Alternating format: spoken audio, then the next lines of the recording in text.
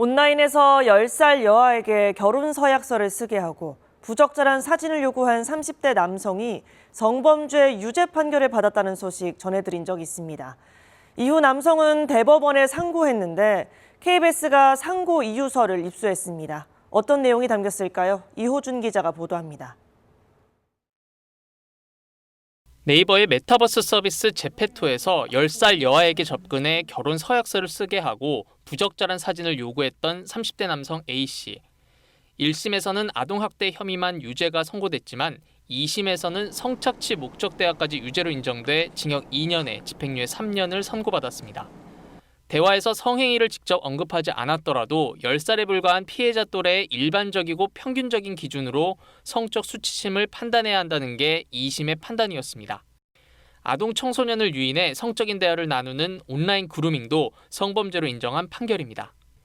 A씨는 2심이 법리를 오해했다며 대법원에 상고했는데 KBS가 A씨의 상고 이유서를 입수했습니다. A씨 측은 피해 아동이 성에 대한 인식이 거의 없어 관련 표현을 들어도 성적인 것으로 연결지을 수 없다고 주장했습니다. 피해 여아가 10살 나이에 맞는 순수함을 가졌다면 성적 수치심을 느낄 수 없다는 겁니다.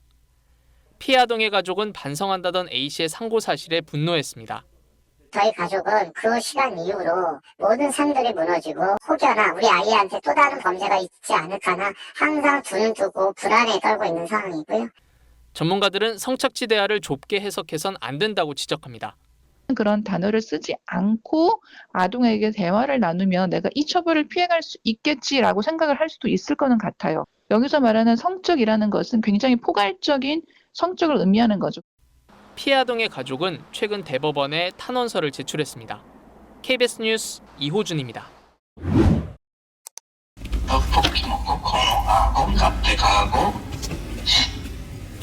그리고 오빠랑 아저씨랑 차에서 데이트 어때? 네, 12살 아동으로 설정한 취재진에게 만나자고 제안을 하고 있는 성인 남성의 목소리입니다. 채팅이나 SNS에서 아이들의 환심을 사고 성착취를 하는 온라인 그루밍. 피해 아동들이 급증하고 있는데 가해자들은 과연 어떤 수법으로 아이들을 유혹하는 걸까요? 김도영 기자가 전문가들과 함께 이들의 수법을 취재했습니다.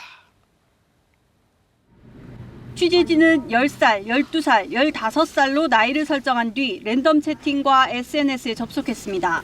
이어지는 성인들의 대화 요청, 아이들의 고민을 듣고 공감하는 척하며 그루밍을 시작합니다.